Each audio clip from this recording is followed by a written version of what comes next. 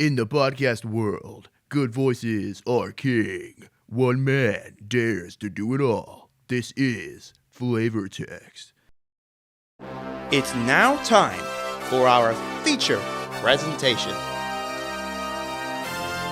Feature. Coming straight from your house. Coming straight from your house. Coming. He's the one. Coming. The king of only. He's groovy and never gloomy. You can't get this from an egg.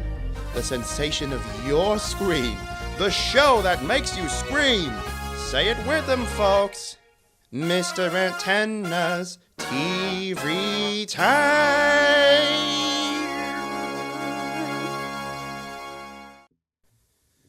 Hello, everyone. Welcome back to my podcast, FLAVORTEXT.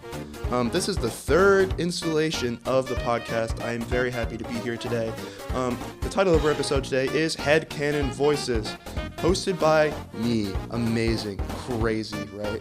So, the idea for this show is how to make up voices for characters based on your interpretation of the character. I did touch on this briefly in my second episode, but I wanted to expand on it a little bit more just to clarify. So what you just heard was my headcanon voice for Tenna from Deltarune. That is his character intro. I really wanted to do that for a while. We're going to talk about how we did this. I'm not going to do the thing that I did in my first episode where I just listed off a bunch of impressions that I could do. What we're actually going to do today is we are going to talk about how to actually do this. So, number one, when making up headcanon voices or just making up voices for characters in general, because they don't have one sometimes, sometimes you'll do a job and they will ask you to make the voice up for you. Very important. Number one, using interpretation. What do I mean by that?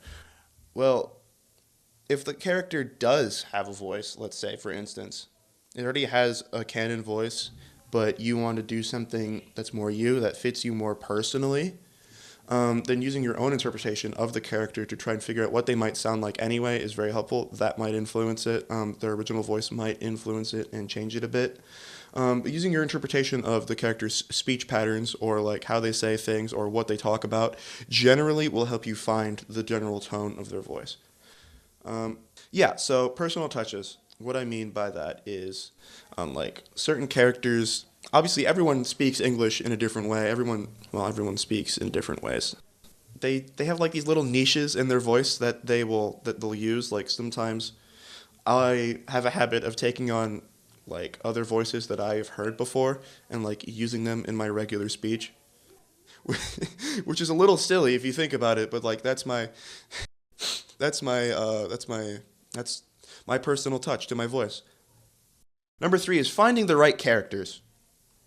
Now, guys, if a character doesn't have a voice and you want to make something for them, obviously, if you're doing a job or something like that, finding the right characters is very, very important to your overall performance.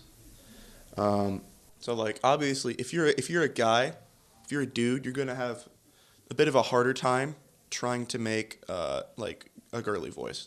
This is the best girly voice I can do. It doesn't sound that good. It just sounds like some dude making a weird girly voice, right? And if it sounds like some dude making a weird voice rather than just some guy talking, that's not always what you should be aiming for. You know what I'm saying? So finding the right characters, finding the right types of voices that you personally are good at is super, super, super helpful.